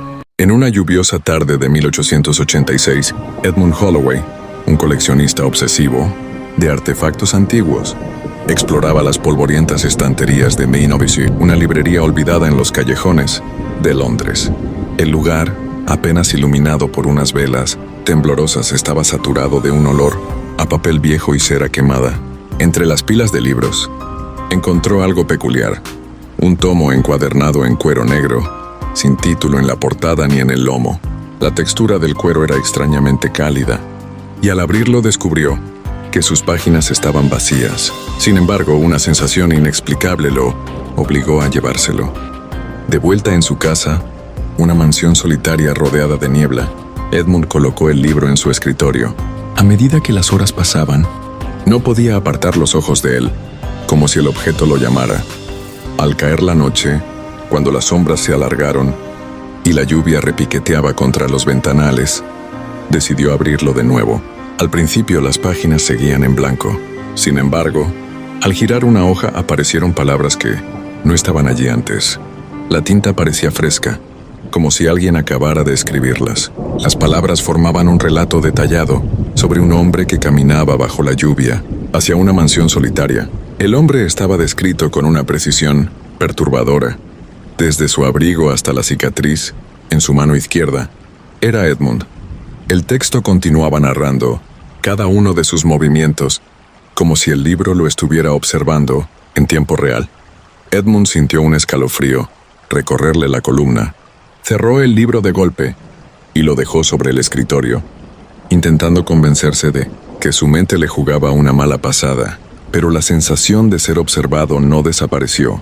En las horas siguientes, cada rincón oscuro de la habitación parecía contener ojos invisibles, y cada crujido de la madera bajo la lluvia le hacía pensar que alguien más estaba allí. A la mañana siguiente, Edmund intentó deshacerse del libro. Lo arrojó al fuego de la chimenea, pero el cuero no se quemó. Lo dejó en un callejón, pero al regresar a casa, lo encontró sobre su cama. Decidió enterrarlo en el jardín, cavando un hoyo bajo la lluvia, pero al volver al escritorio, el libro estaba allí, abierto en una nueva página. El texto había cambiado. Ahora describía su intento de deshacerse del libro, detallando cada acción, cada pensamiento, y terminaba con una advertencia. El lector siempre escribe el final. La paranoia de Edmund creció.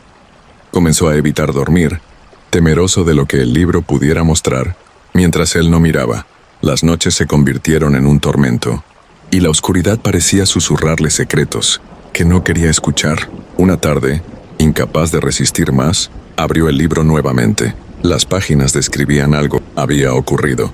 Hablaban de una sombra que aparecería atrás. Él, mientras leía, de cómo sentiría un frío en la nuca, pero sería incapaz de girarse. Decían que al final, el libro siempre encuentra una forma de consumir al lector, mientras las palabras se formaban ante sus ojos. Sintió el frío predicho y un peso invisible detrás de él. La última vez que alguien visitó la mansión de Edmund, encontraron el libro sobre su escritorio.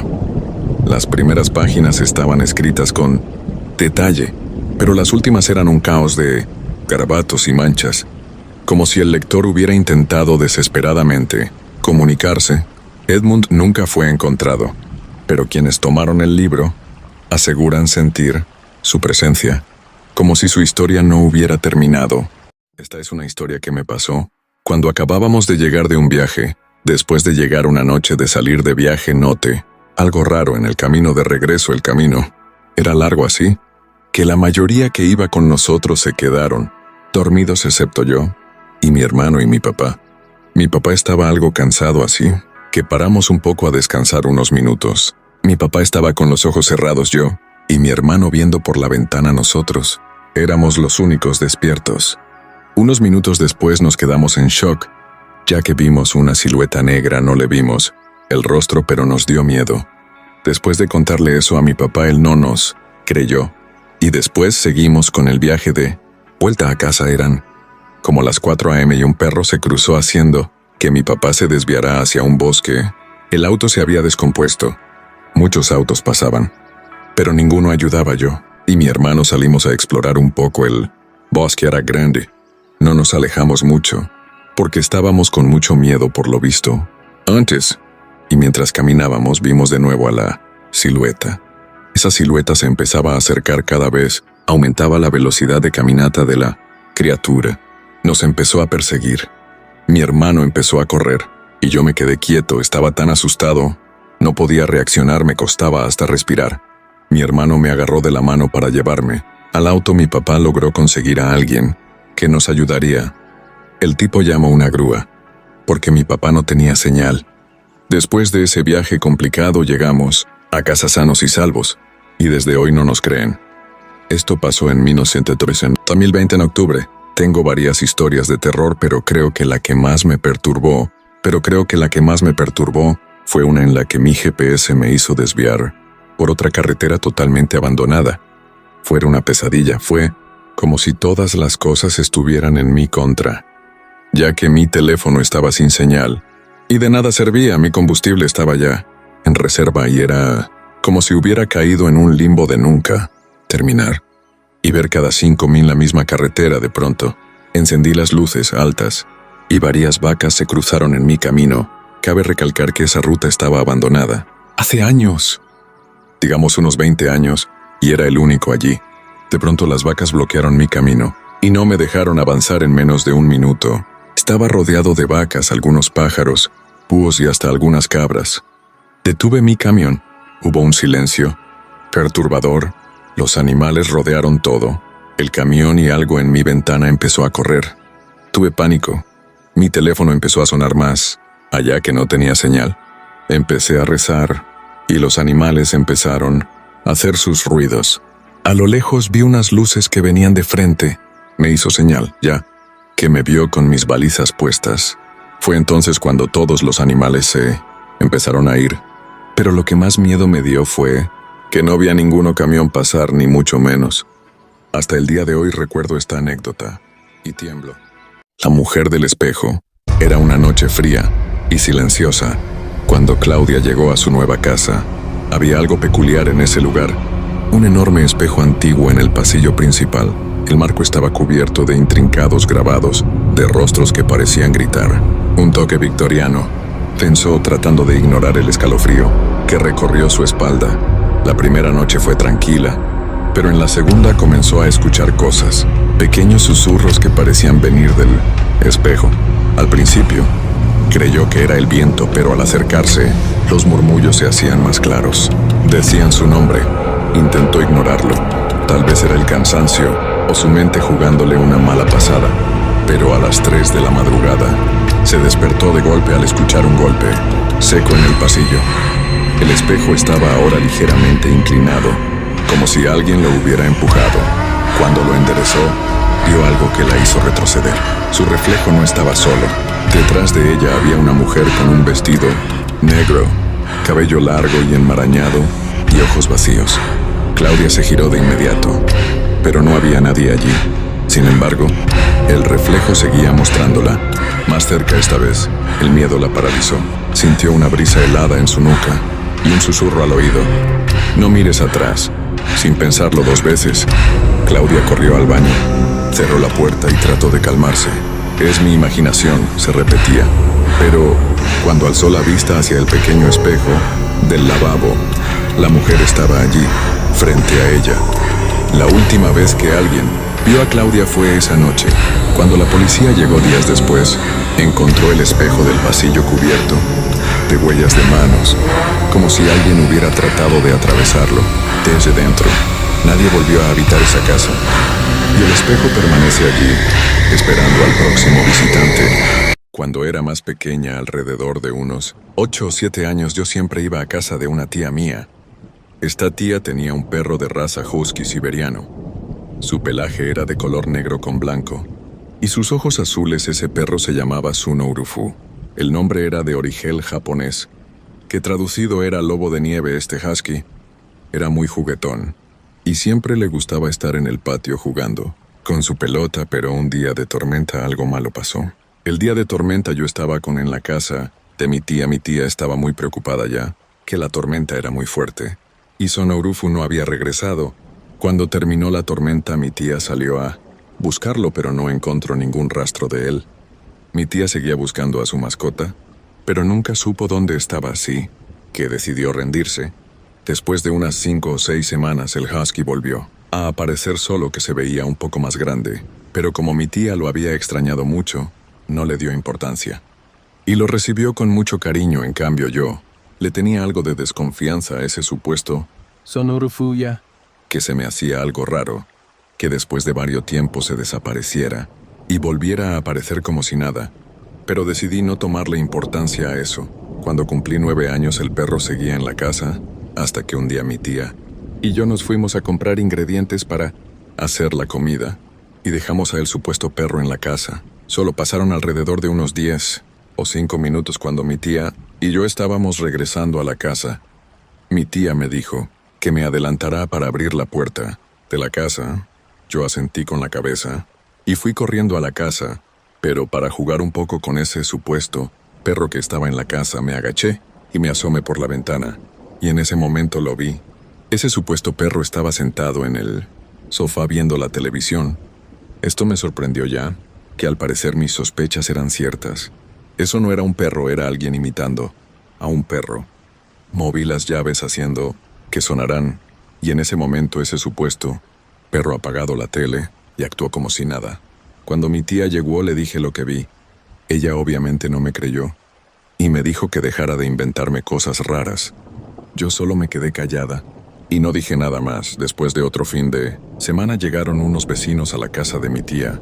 Los vecinos tenían una cara triste. Cuando mi tía les preguntó qué les pasaba, los vecinos respondieron: venimos a su casa ya, que encontramos a su perro en los escombros. Lamentablemente su perro no sobrevivió y terminó falleciendo.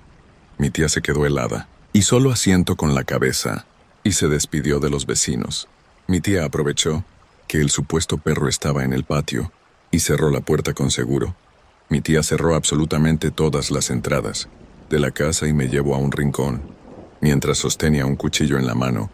Después de unos minutos se escucharon unos golpes en la ventana y una voz afuera en el patio diciendo: déjame entrar. Las palabras se repetían mientras los golpes aumentaban la fuerza. En eso decidí agarrar el celular de mi tía y llamar a la policía. La policía tardó unos minutos, pero llegó. Cuando ese supuesto perro escuchó las sirenas de la patrulla de policía, salió corriendo, pero nunca supimos nada de él, aunque todavía me sigo preguntando quién era esa persona aún, que sigo sin resolver nada. La historia de lo que ocurrió comenzó en 2009, un año que mi familia jamás olvidaría. En aquel entonces, éramos una familia numerosa. Mi abuela, con sus 7 hijos, había formado una dinastía que creció rápidamente. Cada uno de sus hijos tuvo al menos 2 hijos, con la excepción de mi tía, que nunca tuvo hijos, y mi madre, que solo me tuvo a mí. En total éramos 11 nietos. Cada año, durante las vacaciones, nuestra tradición era reunirnos y viajar en familia, pero el año de 2009 sería diferente. Mi tío Alejandro, un hombre de espíritu aventurero, había adquirido una finca en una zona rural, de clima cálido y templado. La finca parecía sacada de un sueño. Una casita blanca en la cima de una pequeña colina, con 2 pisos y balcones en cada habitación, desde donde se podía ver todo el valle. En la parte baja de la colina había un parqueadero amplio, y un poco más allá, una casita de un solo piso, grande y solitaria, escondida entre árboles.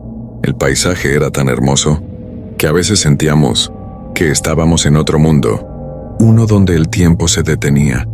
Pero lo que más me impresionaba eran los sonidos, el murmullo del viento entre los árboles, el canto de los gansos y patos en el pequeño lago, el lejano relincho de los caballos. Era un lugar que, aunque aparentemente perfecto, tenía algo en su quietud que no lograba entender, algo que no podía ponerle nombre, así como cuando un niño o niña tienen miedo, y ni ellos mismos logran razonarlo. Es solo instinto.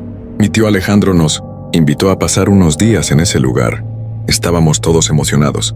Mis primos y yo jugábamos y reíamos sin parar. Nos bañábamos en la piscina, explorábamos cada rincón de la finca, y el aire fresco de la mañana era el refugio, perfecto para nuestros juegos interminables. Todo parecía idílico, casi irreal, pero después de esos días de diversión tuvimos que volver a la ciudad.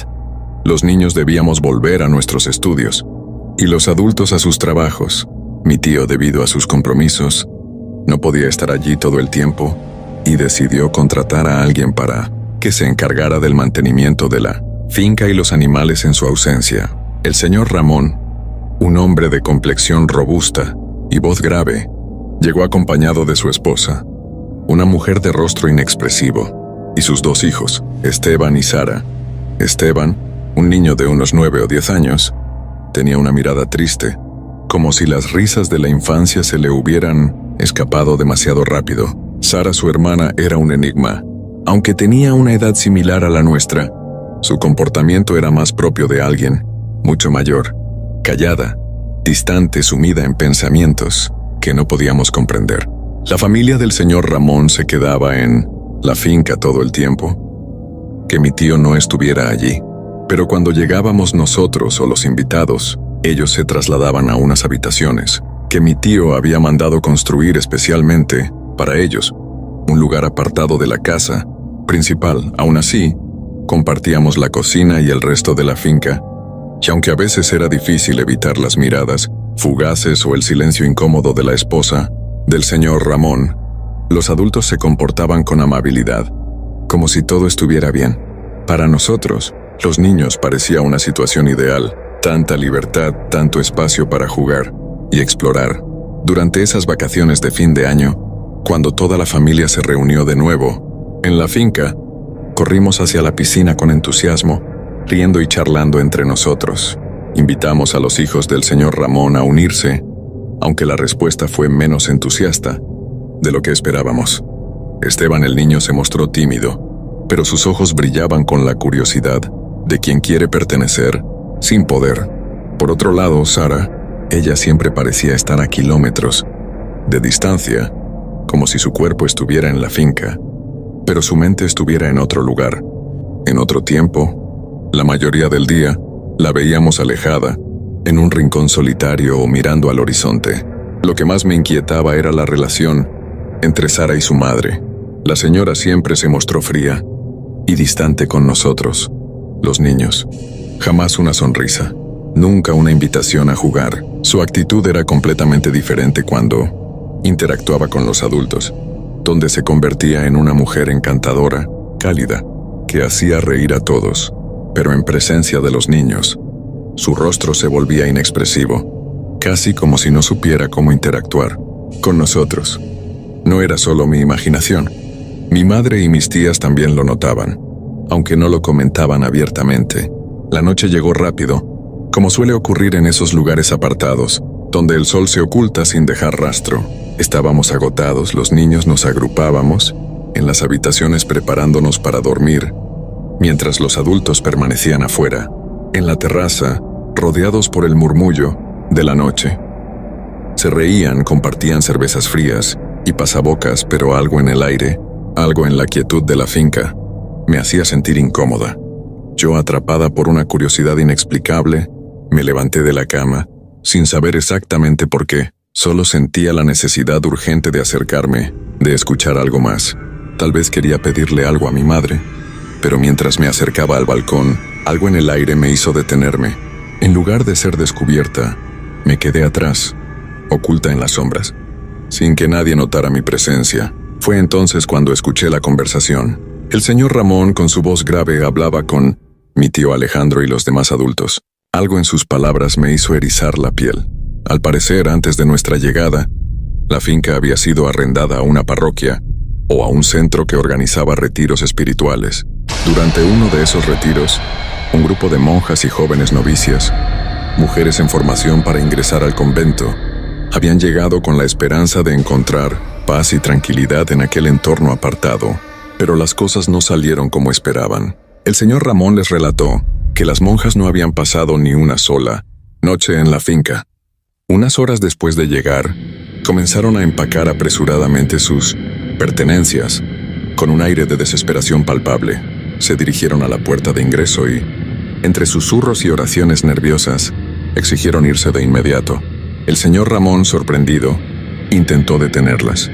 Les explicó que el camino hacia el pueblo era largo y que no podía llevarlas, ya que su camión no estaba disponible en ese momento. Sin embargo, las mujeres, visiblemente aterradas, no querían quedarse ni un minuto más en aquel lugar. Llamaron a alguien, pero el señor Ramón nunca supo a quién. Lo único que recordaba es que, tras horas de espera, apareció un hombre joven en un camión, de esos que se usan para transportar cosechas o ganado. Las monjas subieron al vehículo con tal prisa, como si el suelo bajo sus pies fuera un fuego ardiente, temerosas de tocar cualquier rincón de esa tierra. En ese momento, la Madre Superiora se acercó al señor Ramón y, antes de subirse al camión, le dijo algo que lo dejó paralizado. «Salga de aquí, su familia está siendo acechada». El impacto de esas palabras dejó al señor Ramón sin respuesta. Nunca había notado nada extraño en su familia, aunque sus ojos se habían nublado por la rutina de cuidar la finca, y nadie de la familia le había comentado nada raro. Pero esa frase de la Madre Superiora le dio vueltas en la cabeza. Algo no encajaba, y después, cuando llegó nuestra familia, comenzaron a suceder cosas que no podía ignorar. Mi madre y la esposa de mi tío, Estrella, habían notado algo extraño en la actitud de la señora Ramón y en el comportamiento de su hija, Sara. La manera en que la señora nos miraba, especialmente a los niños, esa frialdad, esa desconexión, y cómo Sara parecía estar ausente, como si viviera en otro mundo. Todo esto los puso alerta, y decidieron hablar con el señor Ramón, compartirle sus inquietudes. Fue entonces cuando él comenzó a recordar, a atar cabos, y comprendió que había algo más profundo y oscuro ocurriendo en la finca, algo que había quedado oculto hasta ese momento.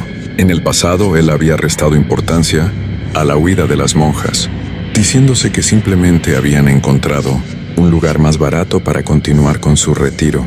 Pero ahora, al escuchar a mi madre y a Estrella, las piezas comenzaban a cobrar sentido. Yo volví de mis pensamientos y logré escuchar al señor Ramón preguntándoles a los adultos acerca de unas cruces. ¿Cruces? ¿Qué cruces? El señor Ramón, con su rostro marcado por la preocupación, no dejaba de mirar a los adultos, buscando respuestas. En su voz había un tono de incredulidad, como si aún no pudiera aceptar lo que sus ojos habían visto. ¿Las cruces? Nadie había notado nada. ¿De qué hablaba? ¿Qué cruces?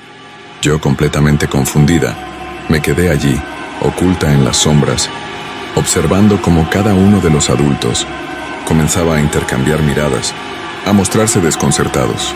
El señor Ramón continuó, describiendo con detalle las cruces que había encontrado en distintas partes de la finca. Algunas de ellas estaban enterradas, otras parcialmente visibles, como si hubieran estado ocultas a simple vista, esperando ser descubiertas en el momento adecuado. Había cruces en lugares que ninguno de nosotros había notado en nuestra visita anterior. en el jardín con la fuente, en la zona que conectaba las dos casas, detrás de la casa de la colina, entre los árboles, junto al lago de los gansos, cerca del cobertizo de los caballos, incluso al lado de la entrada principal. Él había pensado que tal vez esas cruces formaban parte de algo relacionado con nosotros, algo que habíamos dejado atrás, como una especie de ritual o de señal que habíamos hecho sin darnos cuenta. Pero la reacción inmediata de los adultos le dejó claro que no era algo que nosotros hubiéramos dejado. Nadie recordaba haber visto esas cruces. Ni siquiera yo, la mayor de todos, podía recordar algo tan extraño como eso. Algo que nunca habíamos notado, aunque en nuestras visitas anteriores habíamos explorado cada rincón de la finca. Mis primos y yo solíamos adentrarnos entre los arbustos, curiosear entre los árboles y recorrer el terreno con la energía desbordante de niños que no temen a nada. Si algo tan extraño como cruces hubiera estado allí, lo habríamos visto. Yo lo hubiera notado, lo hubiera señalado, porque siempre fui la más observadora. Pero esa noche, mientras escuchaba las explicaciones del señor Ramón, la duda comenzó a asentarse en mi pecho y una sensación incómoda se apoderó de mí. ¿Por qué esas cruces estaban allí? Si ninguno de nosotros las había puesto, ¿y quién las había enterrado? ¿Había alguien más en la finca cuando nosotros no estábamos? Alguien que hubiera tenido el tiempo y el motivo para hacer algo tan extraño. Las preguntas se acumulaban en mi mente, pero las respuestas no llegaban. Las miradas de los adultos se tornaban cada vez más inquietas, como si algo oscuro y palpable se estuviera filtrando en el aire, algo que ninguno de nosotros quería reconocer, pero que todos podíamos sentir. El silencio se hizo más pesado, y el sonido de la noche, antes tan familiar, se volvió extraño, como si algo estuviera acechando entre las sombras. El señor Ramón, después de un largo silencio, miró a mi tío Alejandro, que era el más cercano a él, con una voz más baja. Casi un susurro preguntó: ¿alguien más ha estado aquí cuando no estábamos? ¿Alguien ha entrado sin que lo sepamos? Mi tío, con el ceño fruncido, negó con la cabeza, pero en sus ojos había una chispa de duda. No sabía cómo responder, porque él también había notado algo extraño. No era solo la presencia de las cruces, sino algo en el aire, algo que no se podía tocar ni ver, pero que todos sentían. Fue mi madre quien finalmente rompió el silencio, mirando al señor Ramón con una expresión seria, casi triste. Eso no es normal. No hemos puesto cruces en la finca, y no las vimos antes, y ahora de repente aparecen. ¿Qué está pasando aquí? Pero no hubo respuestas. Nadie sabía qué pensar, solo sabíamos que algo estaba fuera de lugar, algo que no podíamos comprender. Al día siguiente, yo ya no era yo. No podía comportarme con normalidad después de haber escuchado esa conversación. Mis ojos vagaban por todas partes. Quería confirmar la presencia de las cruces. Logré encontrar las cruces del jardín, la que se encontraba entre los árboles cerca al lago y la que estaba en la parte trasera de la casa principal. Éramos cruces muy rudimentarias, hechas con ramas de una tonalidad muy oscura, casi color ébano, y estaban amarradas con cabuya o algún tipo de cuerda. No pude acercar a ellas.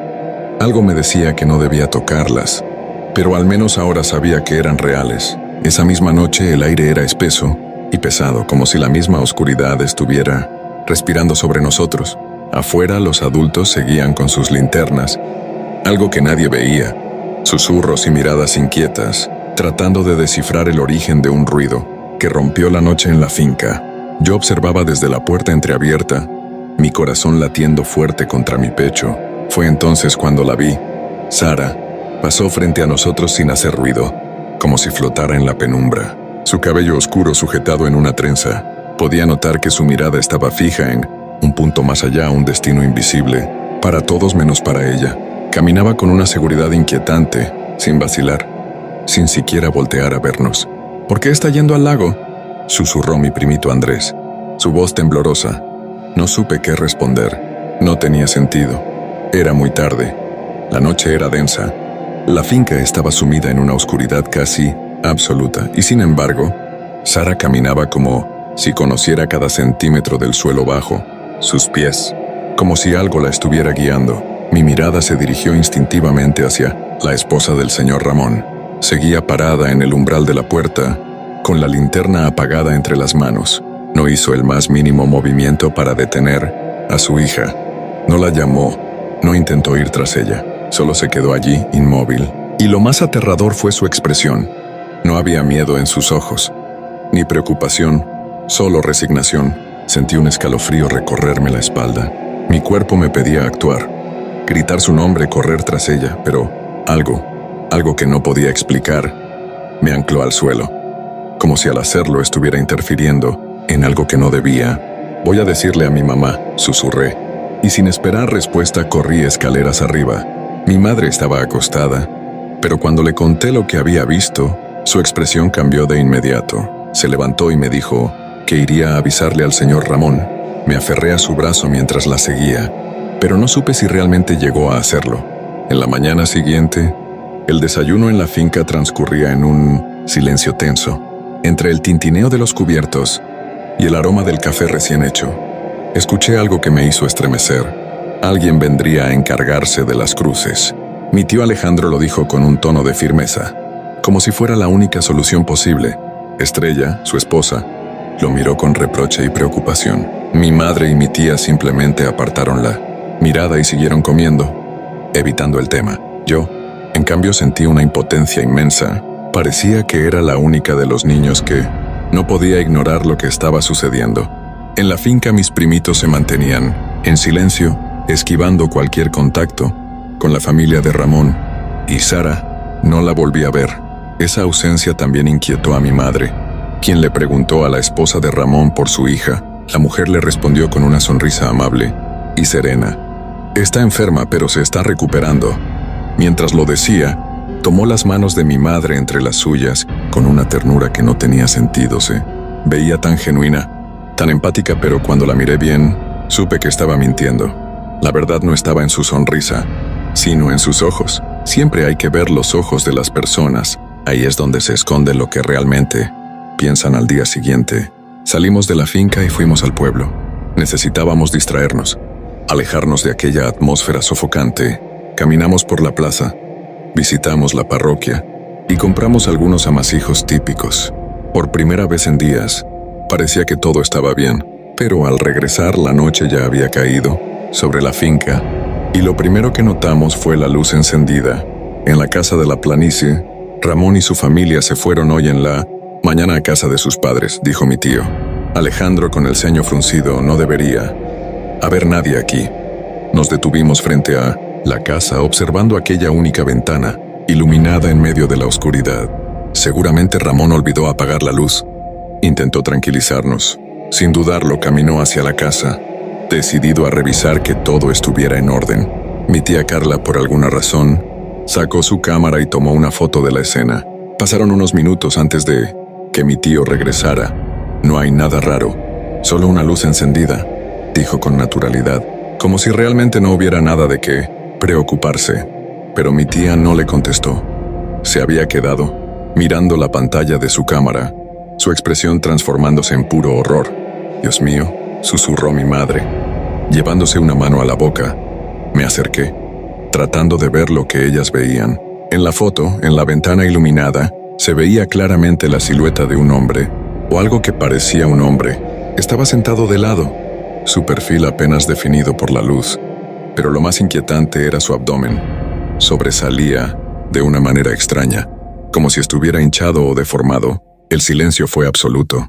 Mi tío Alejandro revisó la imagen y negó con la cabeza.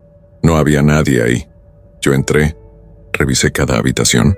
No había nadie, pero la imagen no mentía. El miedo se apoderó de los adultos. Nos tomaron de la mano y nos llevaron apresuradamente dentro de la casa principal. Esa noche, nadie durmió solo. Empujaron colchones al suelo, trajeron mantas y almohadas, y nos quedamos todos en la misma habitación, con las luces encendidas y los adultos en vela. Nadie mencionó nada sobre la foto. Nadie dijo nada sobre la sombra en la ventana. Y yo no sé por qué simplemente no nos fuimos de allí esa misma noche. A la mañana siguiente, la decisión ya estaba tomada. Nos despertaron antes del amanecer. Todo estaba empacado y listo. Desayunamos de manera apresurada y, Sin mirar atrás, dejamos la finca. El viaje de regreso a la ciudad fue largo y silencioso, pero una vez en casa, todo parecía volver a la normalidad, o eso pensábamos. Mi tía Carla había estado tomando fotografías durante todo el viaje y al llegar quiso revisarlas en detalle. Conectó su cámara al televisor para proyectarlas. Solo estábamos ella, mi madre y yo en la habitación, observando la pantalla. Las primeras imágenes eran normales. Nosotros jugando, explorando, riendo en la finca. Pero entonces algo cambió. Aparecieron manchas en las fotos. Eran círculos, algunos oscuros, otros blanquecinos, como sombras flotando en el aire. Al principio pensamos que era un error de la cámara, algún fallo técnico.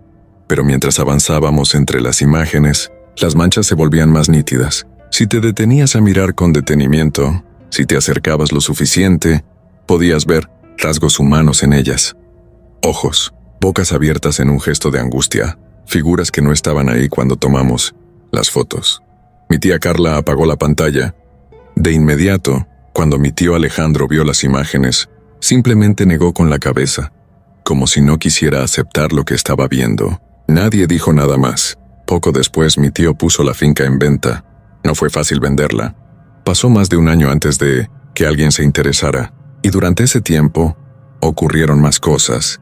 A otros familiares que visitaron la finca, a conocidos que preguntaron por ella. Pero esa es otra historia. Lo único que sé es que jamás supimos la verdad, ni sobre las cruces, ni sobre la figura en la ventana, ni sobre las manchas en las fotos. ¿Alguien sabe qué eran esas cosas? ¿Qué eran esas esferas oscuras y blanquecinas?